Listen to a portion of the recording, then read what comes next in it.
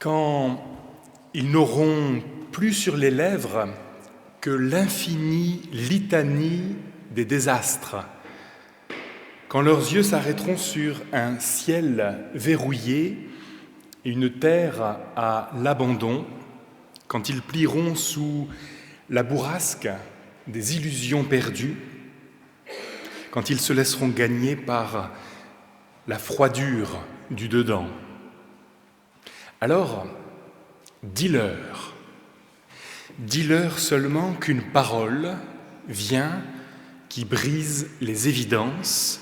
Dis-leur que de l'être humain, une autre version est possible.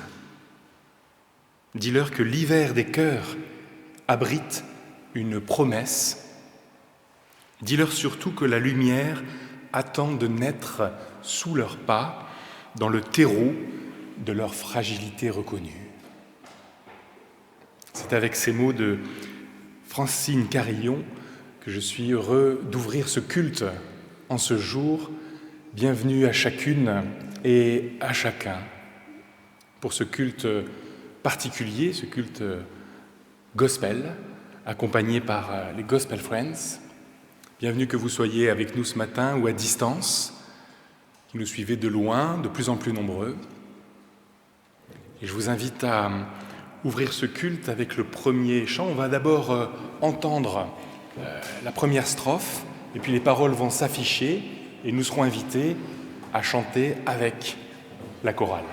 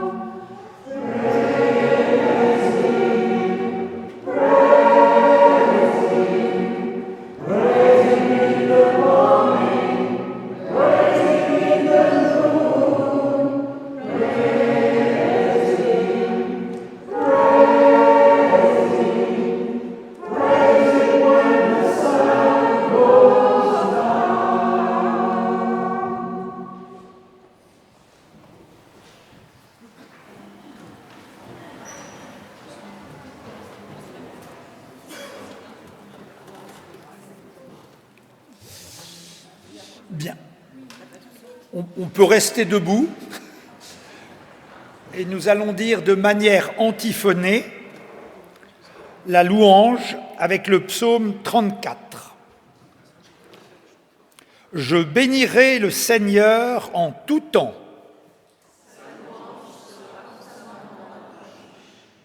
Je mets ma fierté dans le Seigneur. Magnifiez le Seigneur avec moi. J'ai cherché le Seigneur. De toutes mes frayeurs, ceux qui regardent vers lui sont radieux. Quand un pauvre crie, le Seigneur entend. Le Seigneur libère ses serviteurs. Aucun de ceux qui trouvent en lui un abri ne sera en tort.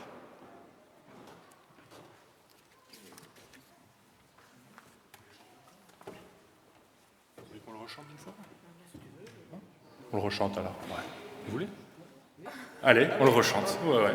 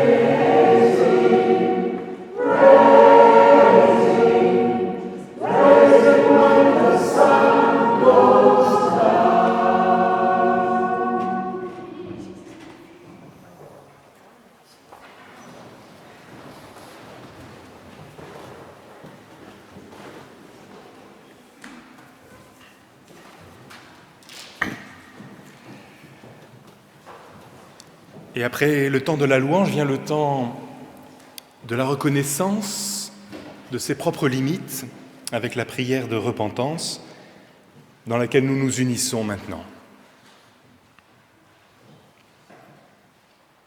Oui Seigneur, il est bon de te consacrer du temps, il est bon de nous décentrer et de nous tourner vers un autre que nous-mêmes. C'est alors le moment de paraître en vérité. Tu t'es abaissé pour venir nous rencontrer dans notre humanité. Et pourtant, nous croyons encore que ce sont nos propres forces qui sont importantes. Nous faisons confiance à nos économies, à notre intelligence, à notre réputation. Toi qui es venu combler les plus humbles, toi qui es venu renvoyer les riches les mains vides. Regarde toutes les fausses richesses qui nous éloignent de toi et des autres.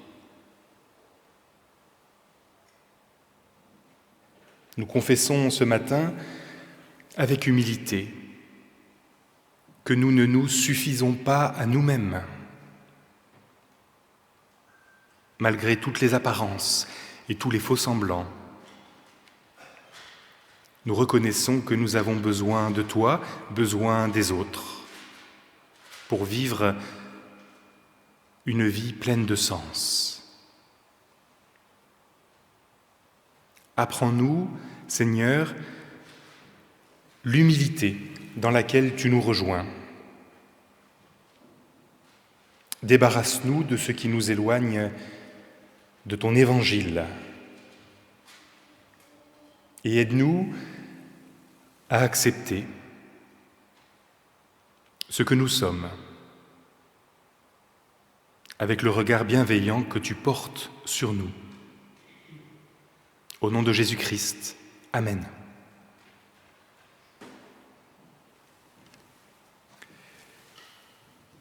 Kumbaya, my Lord, nous chantons.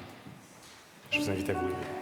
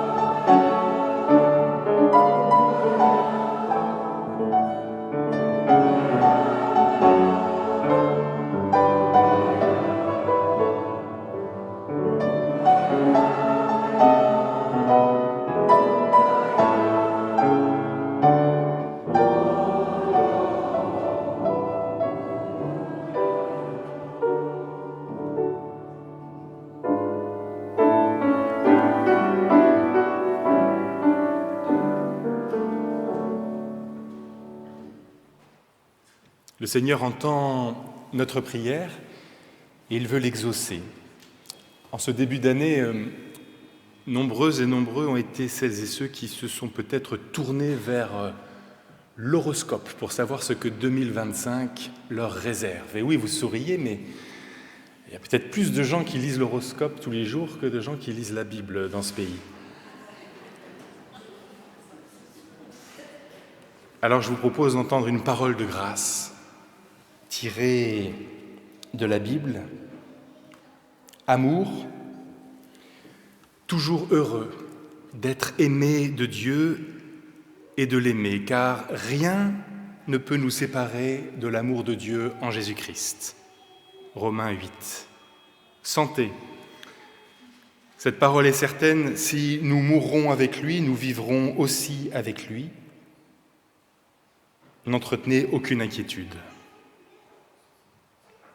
Travail. Sois ferme et courageux. Agis sans crainte ni tremblement, car le Seigneur Dieu, mon Dieu, est avec toi.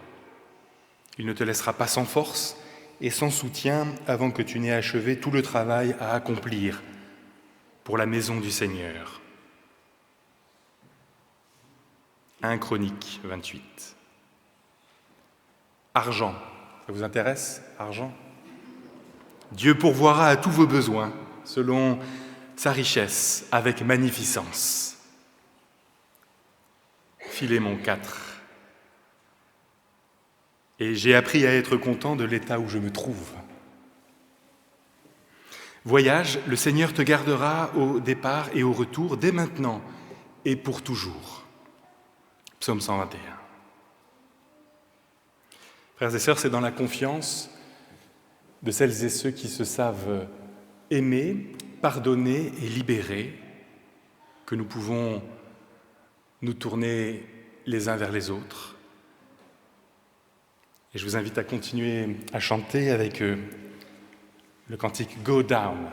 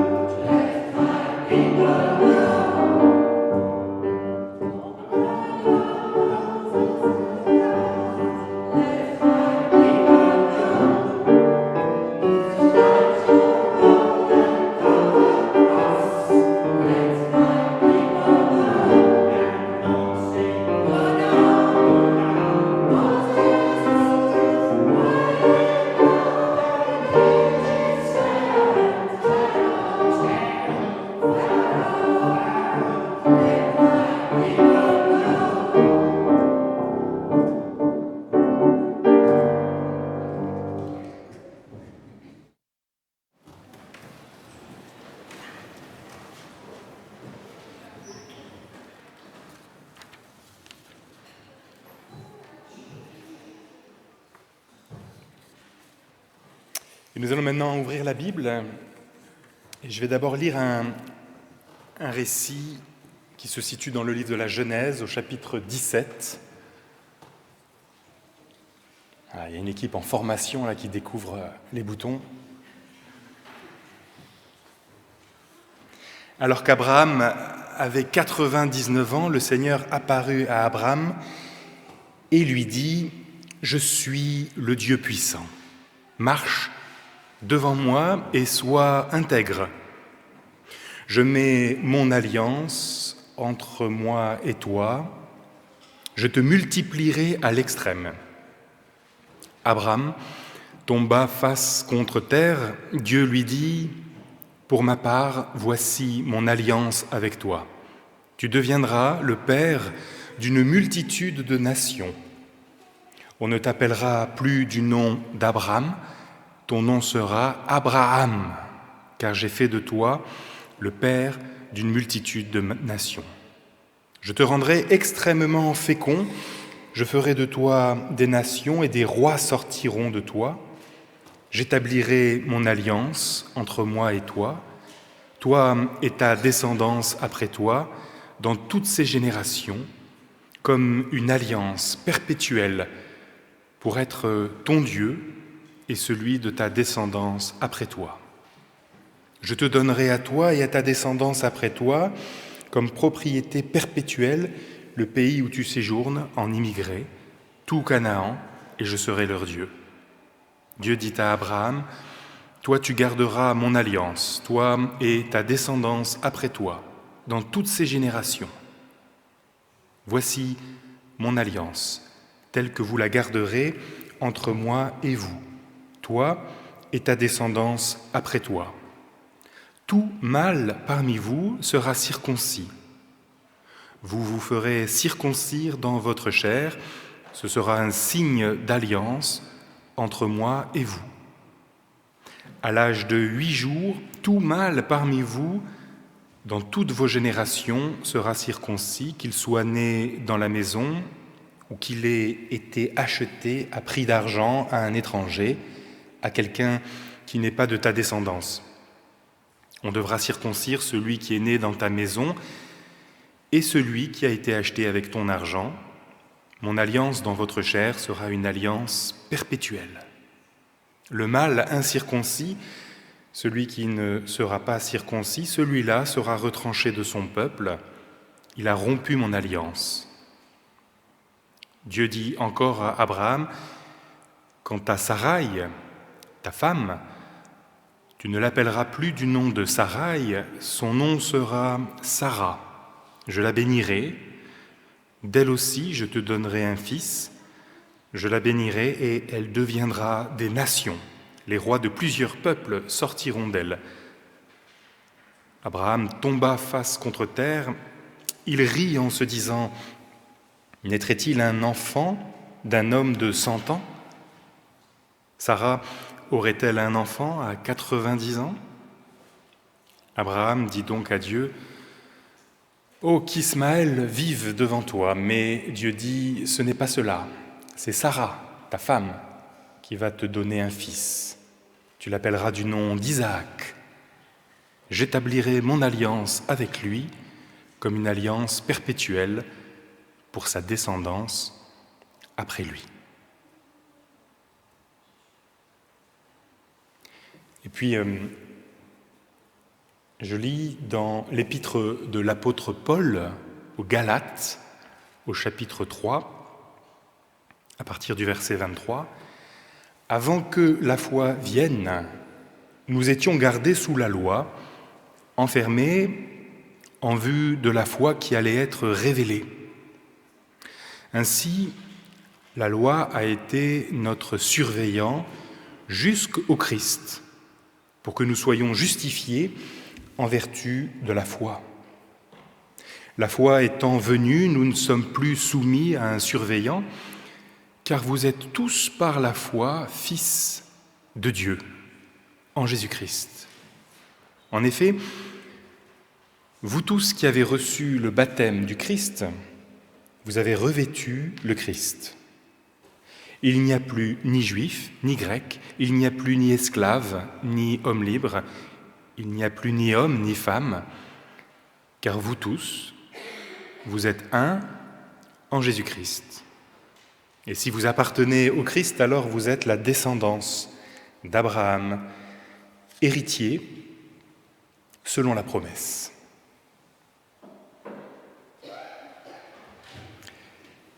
Et avant de m'arrêter un instant sur ces textes, quand je fais ça, en fait, ça veut dire « approchez-vous ». Voilà, je le dis. Les gens qui sont lecteurs aussi, quand je vous fais un petit signe, c'est pas que je vous drague, hein, c'est que je fais comprendre qu'il faut s'approcher. On va chanter. Alors, Whisper, Whisper, celui-là c'est peut-être celui qu'on connaît le moins, alors on compte sur vous, on vous écoute, et puis ensuite on vous rejoint.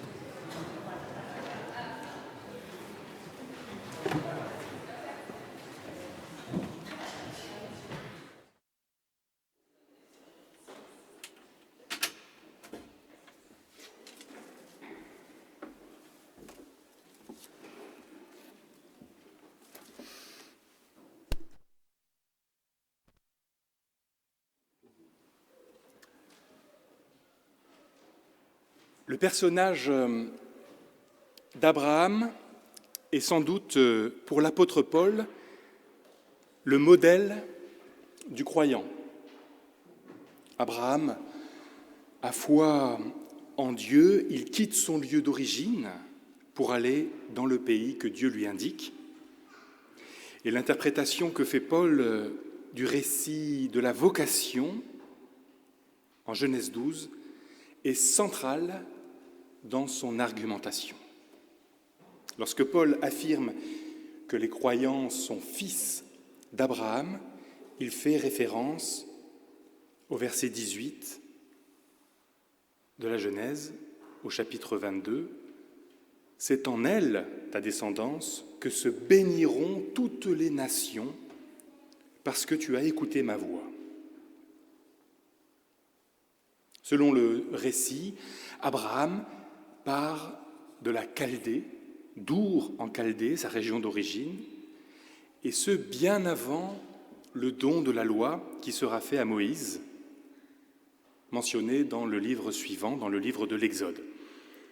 Et pour Paul, cela conforte l'idée que l'on peut croire sans le recours à la loi, que l'accès à Dieu est possible indépendamment de la loi, ce qui, au moment où Paul l'énonce ainsi, est encore largement un impensé théologique. Or, cette idée, exprimée entre autres dans les versets de Galates que j'ai lus tout à l'heure, pointe ce qui sera appelé l'universalisme de Paul, qui dès lors ne fait plus de distinction. Que l'être humain soit juif ou qu'il soit païen, il est appelé à rencontrer le Christ. Cette bénédiction passe par le Christ, ou plus exactement par la reconnaissance que l'on peut faire du Christ comme Messie. Si dans la société et la vie de tous les jours, les distinctions continuent à exister entre les humains, en Christ, elles disparaissent.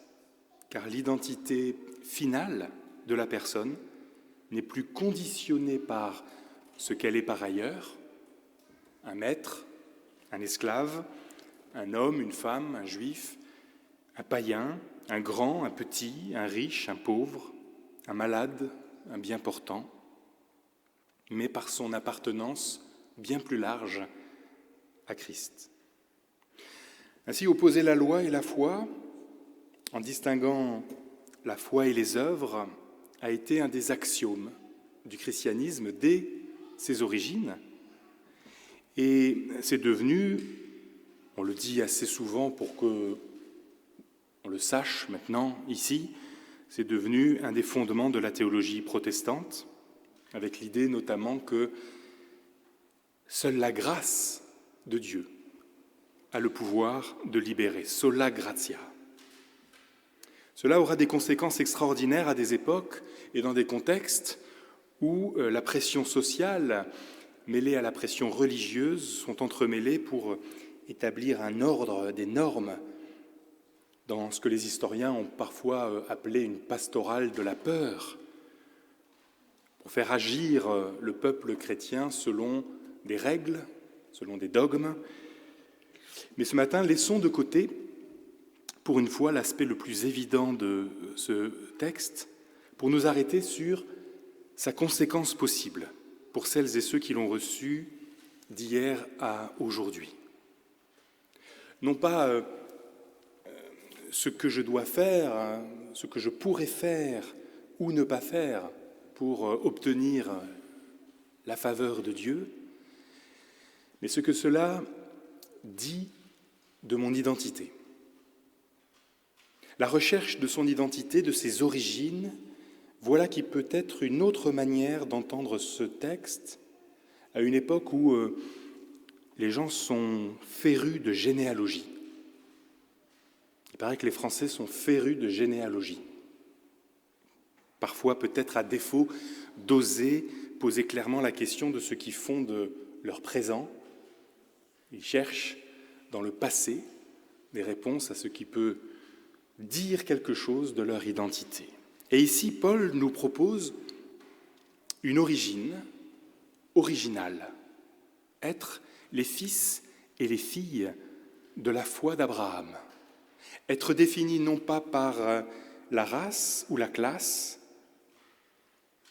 des concepts qui ont voulu être structurants à différentes époques, mais dont il faut rappeler pourquoi ils sont dépassés malgré leur résurgence bien actuelle, non pas par la réussite, ni même par l'intégration, mais par l'appartenance à une famille universelle.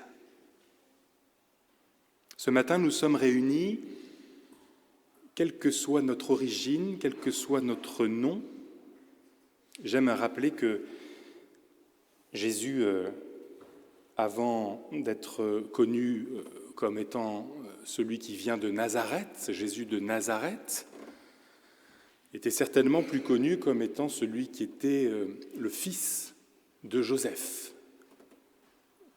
Quand je fais le catéchisme, je pose la question aux enfants, je leur dis « Est-ce que vous croyez vraiment que Jésus s'appelait Jésus ?»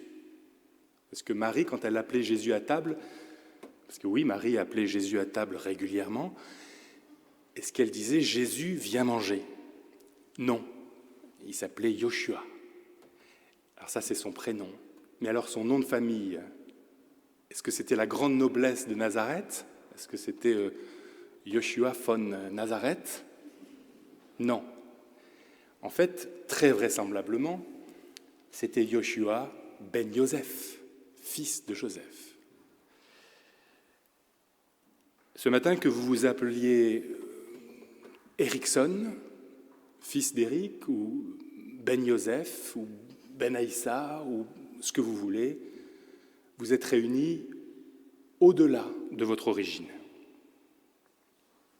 La circoncision, dans la Torah, trouve son origine dans l'alliance passée entre Dieu et Abraham, qui, renommé par Dieu, devient Abraham. Et cette nouvelle identité est couplée avec une alliance qui marque la chair, pour dire qu'elle est perpétuelle, pour qu'on la garde. Pourquoi ? Pour ne pas l'oublier. La question qui se pose à Abraham, à Paul et à nous, celle qui traverse les générations, n'est pas tant la question de la légitimité de la circoncision que celle de la mémoire. La question qui nous préoccupe n'est pas tant la question de l'origine de l'identité, mais de ce qu'on fait de ce souvenir de l'origine. Quelle mémoire pour notre alliance avec Dieu?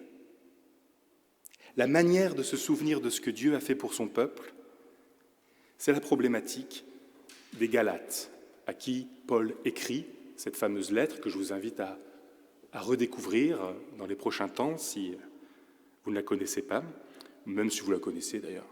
On ne la lit pas une seule fois dans sa vie. La manière de se souvenir de comment Dieu agit, à l'époque des Galates, est problématique. Elle est problématique aussi à l'époque de Martin Luther.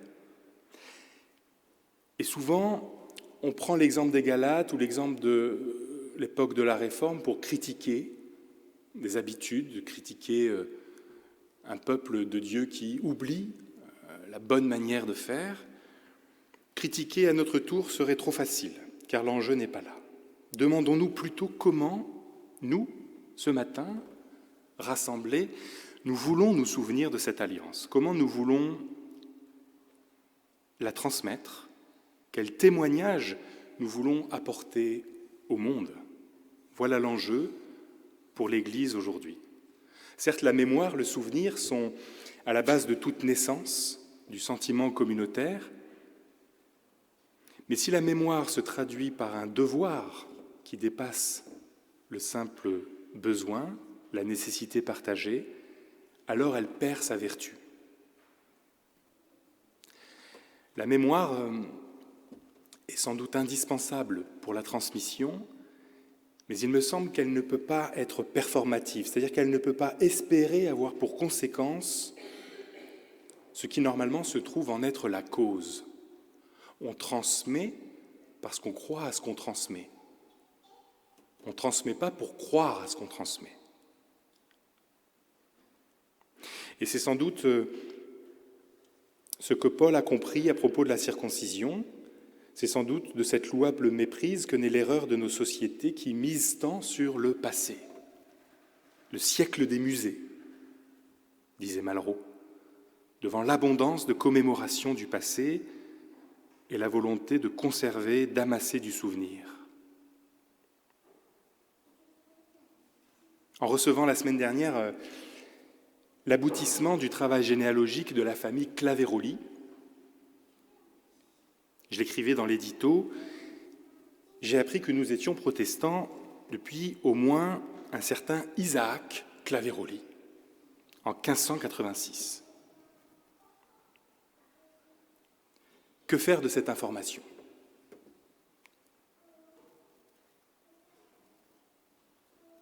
La première réaction, c'est d'être fier. Et puis tout de suite après, d'être un peu honteux de cette fierté. Et puis ensuite de s'interroger. Qu'est-ce que ça signifie ? C'est l'information d'une histoire au long cours, faite de choix personnels qui se sont incarnés dans des personnes. C'est un héritage qui est transmis, mais très vite vient à l'esprit la conviction que le fait d'être protestant ne saurait se définir comme le fait d'être porteur d'un héritage, qu'il soit historique, qu'il soit culturel ou même religieux. Et je pense à cette phrase de Simone de Beauvoir, « On ne naît pas femme, on le devient », dont peu de gens savent que c'est un emprunt. C'est un emprunt qui a une histoire intéressante, puisque c'est un emprunt d'abord à Érasme, qui écrit « On ne naît pas homme, on le devient », qui lui-même fait un emprunt à Tertullien, un père de l'Église au IIIe siècle qui écrivait « On ne naît pas chrétien, on le devient ».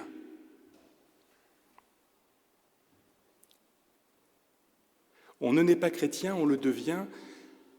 Autrement dit, il ne suffit pas de naître de parents chrétiens, d'être d'une famille chrétienne pour vivre l'espérance du Christ. Lessing, précurseur du mouvement des Lumières allemandes, très célèbre en Allemagne, beaucoup moins en France, fils de pasteur, écrit dans son magnifique Nathan le Sage, Nathan der Weise, « Un homme comme toi ne reste pas fixé là où le hasard de la naissance l'a jeté, ou bien s'il y reste, c'est après examen, par raison, par choix. »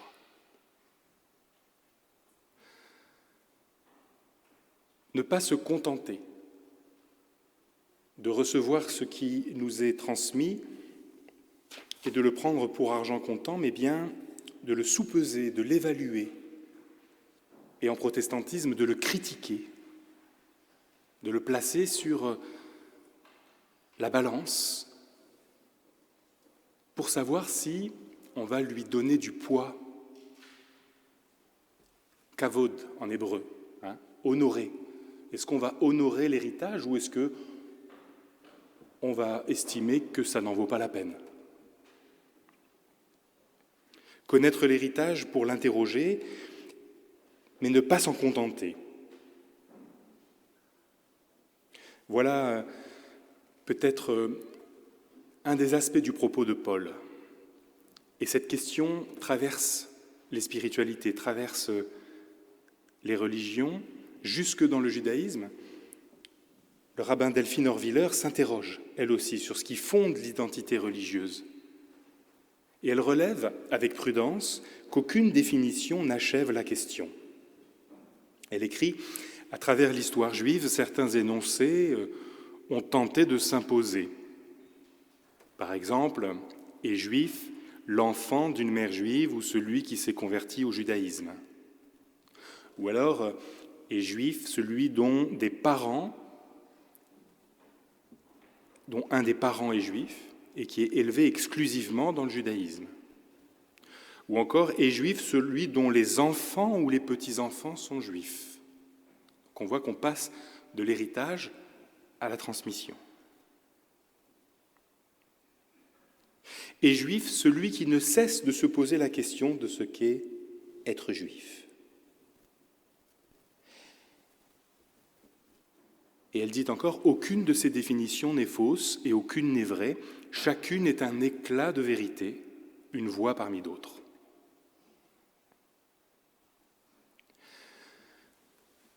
On s'interroge donc sur l'identité qui n'est pas qu'un héritage, qui n'est pas à chercher uniquement dans la justification par le sang, par la généalogie.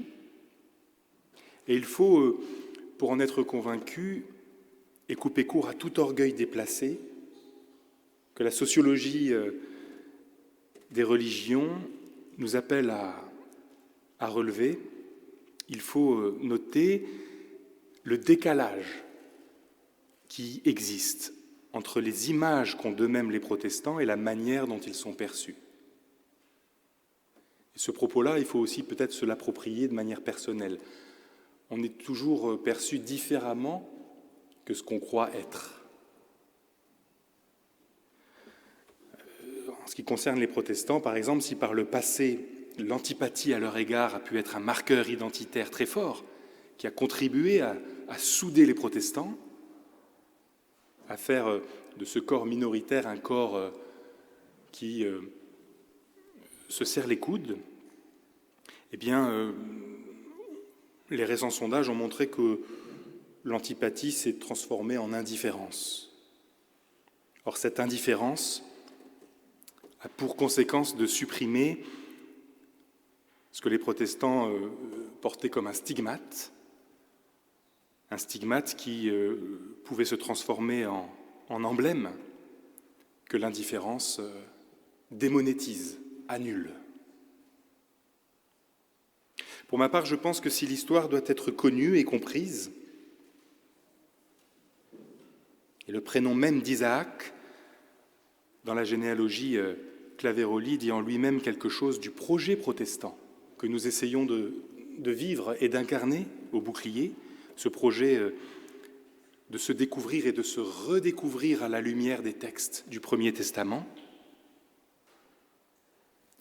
Si les stigmates que j'évoquais ne sauraient être oubliés, c'est bien sur un autre terrain que se joue l'identité protestante, que celui simplement de la mémoire du passé.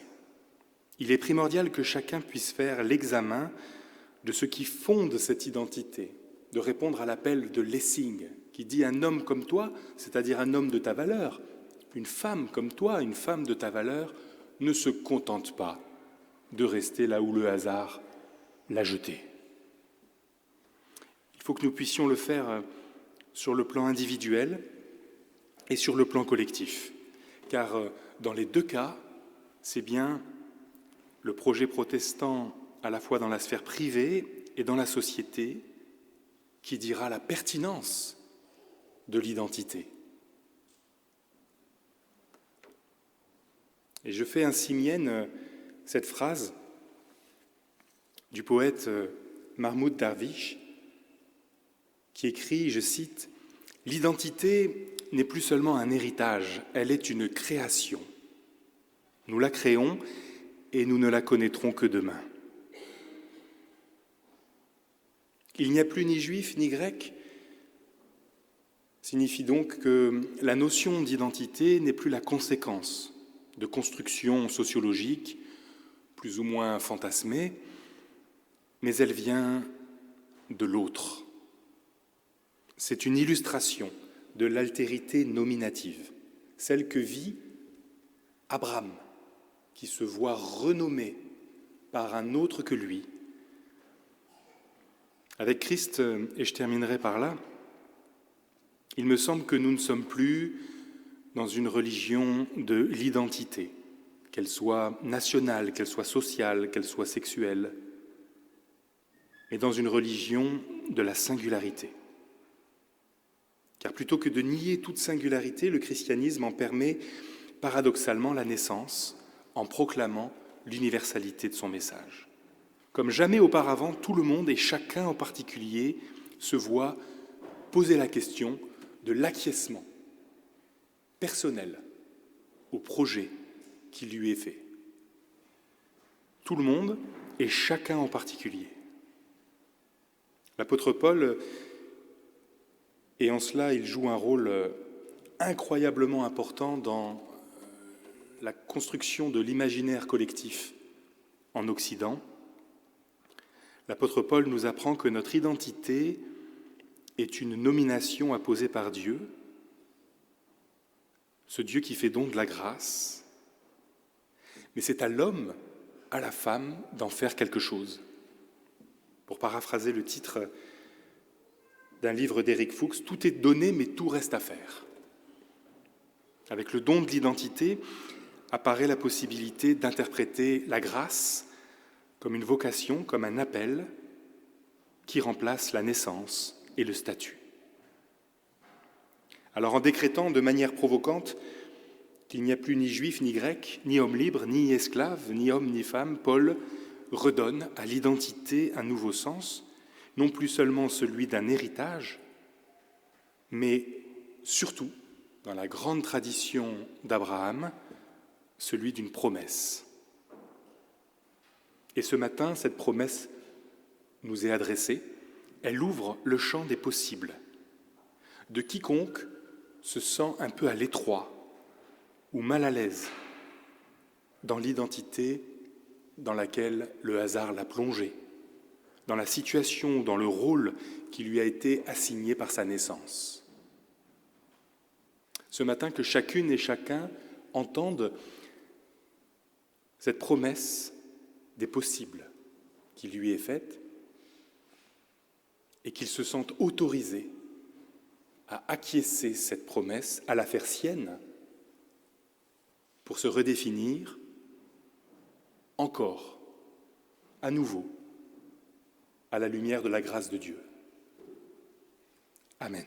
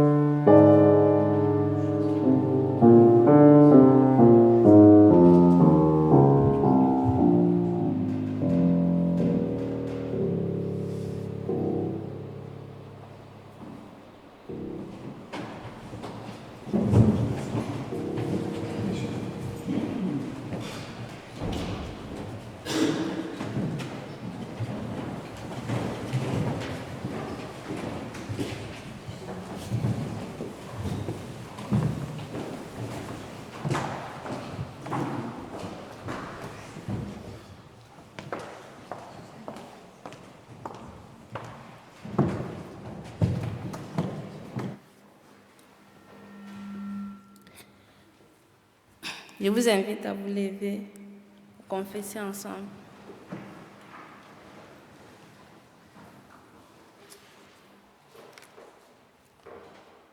Nous croyons que Dieu est présent dans nos vies.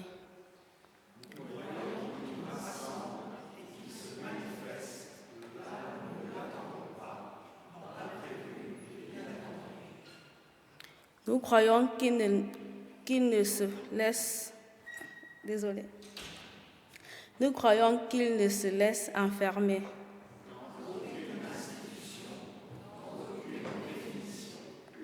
Nous croyons qu'il nous relève et nous libère.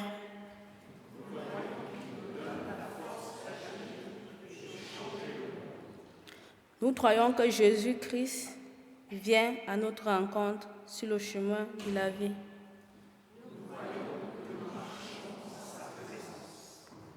Nous croyons qu'il nous parle et nous répond dans le présent de nos vies.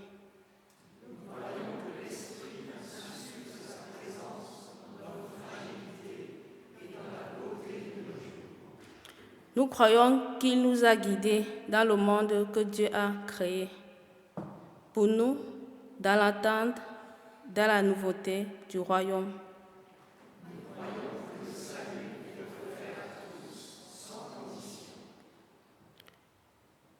Nous croyons qu'au beau milieu de cette vie si belle et si compliquée, le salut s'annonce comme une promesse.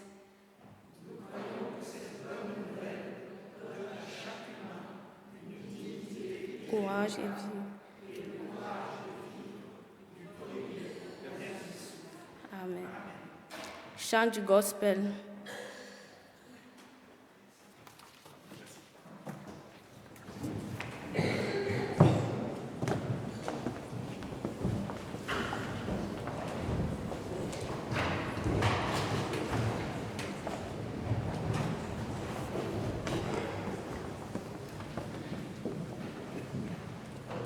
On pensait que c'est un gospel que tout le monde connaît, et donc on vous invite à vous lever et vous démarrer avec nous.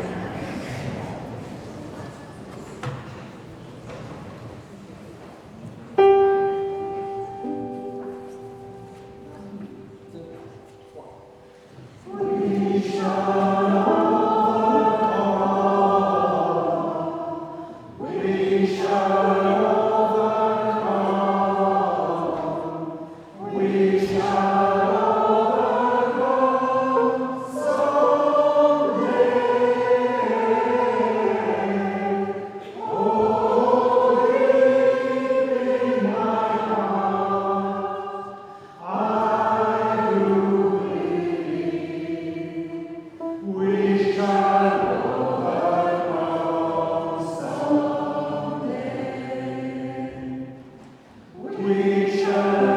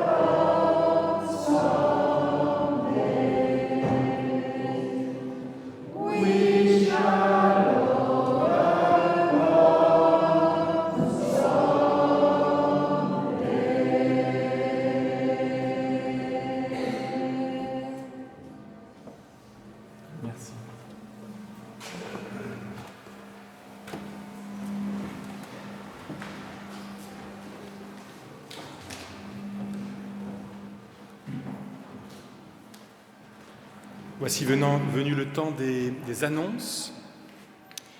Alors la première et peut-être la plus importante aujourd'hui, c'est que vous êtes invités à rester après le culte. Vous êtes au courant depuis un moment puisque vous recevez la newsletter, puisque vous vous êtes inscrit sur le site et donc vous savez tout quand ça marche. Mais il y a un repas préparé qui vous attend et donc nous comptons sur votre présence. C'est sans inscription, sentez-vous libre, ne soyez pas gênés, je vous en prie. Deuxième annonce pour vous informer que samedi 25 janvier à 18h, il y aura une conférence juste à côté, rue du Puy, du rabbin Yann Boissière, sur le devoir d'espérance face à la crise, samedi 25 janvier à 18h. Et puis, en ce temps d'œcuménisme, de semaine œcuménique, vous avez peut-être vu passer l'information de la venue à Strasbourg du patriarche œcuménique Bartholomé. Alors, il fera plusieurs interventions religieuses, notamment à la cathédrale et à Saint-Paul. Mais le lundi 27 janvier, il y aura une conférence à l'Université de Strasbourg, conférence à 18h le 27 janvier. Toutes les infos sur le site de l'université et ce sera en ligne sur le site du Bouclier également. J'invite... C'est Vincent. Et ben voilà. Bon, comme vous l'avez constaté, les Gospel Friends du Bouclier sont en ce moment sans chef de chœur. La catastrophe, pas tout à fait. Ce n'est pas un choix, mais notre chef qui nous accompagnait a décidé d'arrêter. Et donc, nous cherchons un nouveau chef, une nouvelle chef pour nous diriger. Il est évident que tous les candidats sont la bienvenue, qu'ils aient une grande expérience ou qu'ils démarrent dans cette activité. Donc, nous continuons d'ailleurs, même sans chef de chœur, depuis le début de l'année, à nous réunir, c'est toujours le mercredi, de 20h à 22h. Si certains ou certaines d'entre vous désirent venir se joindre à nous, sans aucune compétence, il est possible de le faire. On n'a pas besoin de savoir lire les notes, on n'a pas besoin d'être un grand chanteur, c'est simplement un moment de partage et de plaisir et de joie. Donc, sentez-vous libre et venez nous rejoindre si c'est possible. Et peut-être, si jamais vous avez parmi vos connaissances ou vos amis une personne, homme ou femme, qui désirerait ou qui pourrait éventuellement, même si ce n'était que pour un an, mais pour un certain temps, nous accompagner et nous aider à poursuivre notre activité des Gospel Friends, ce serait avec plaisir. Donc, du fond du cœur, merci. Et je réinsiste sur ce qu'a dit Fabien, surtout venez toutes et tous, inscrits ou pas inscrits, même si vous avez prévu ce que vous avez prévu pour midi, vous pourrez le manger ce soir ou demain, mais nous, en tous les cas, on a prévu pour beaucoup de monde, donc surtout, rejoignez-nous. À tout à l'heure. Ouais.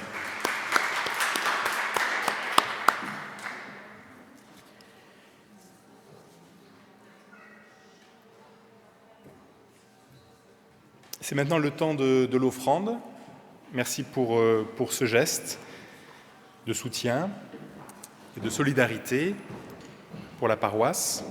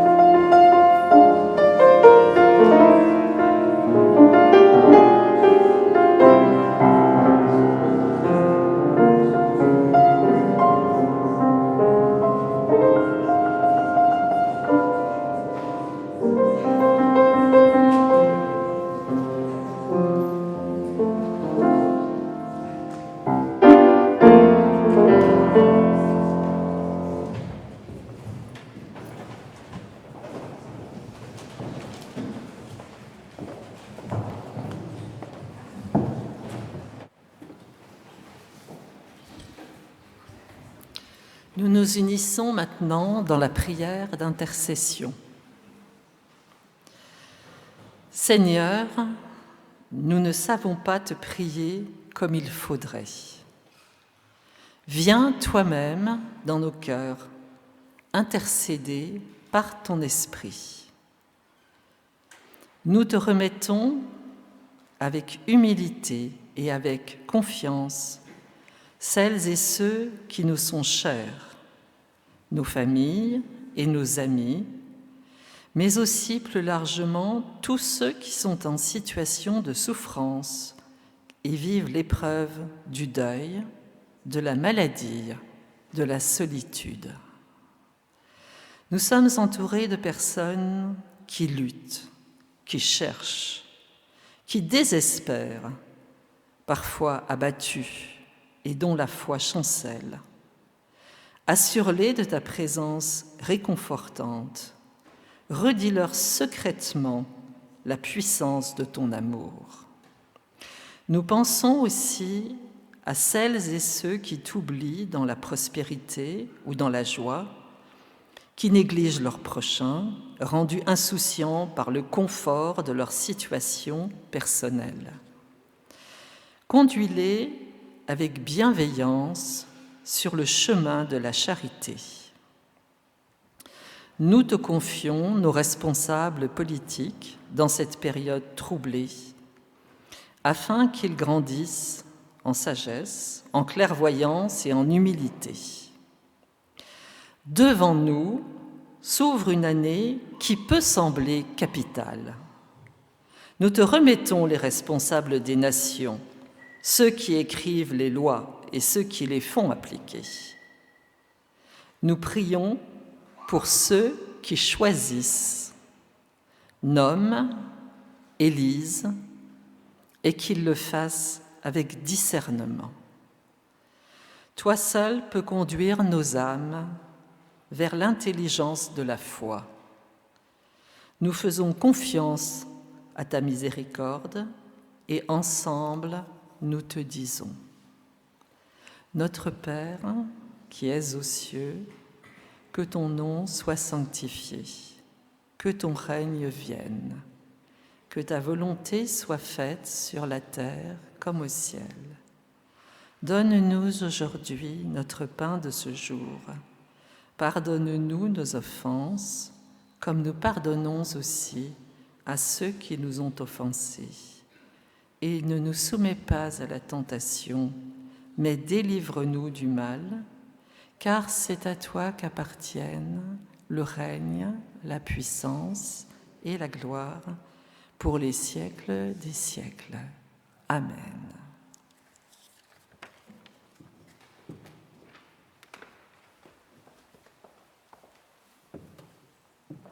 Et avant de chanter le dernier cantique, dans un instant, je vous invite à vous lever pour recevoir la bénédiction finale.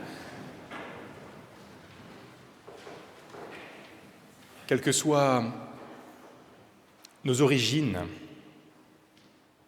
quelles que soient nos généalogies, partageant la même promesse d'un horizon placé sous la grâce de Dieu, recevez chacune et chacun l'assurance que le Dieu d'Abraham, le Dieu d'Isaac, le Dieu de Jacob, le Dieu de Jésus-Christ, vous bénit et vous garde, qu'il tourne sa face vers vous et qu'il vous relève à chaque fois que vous trébuchez, aujourd'hui et toujours.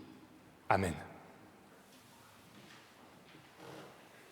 Go tell it on the mountain.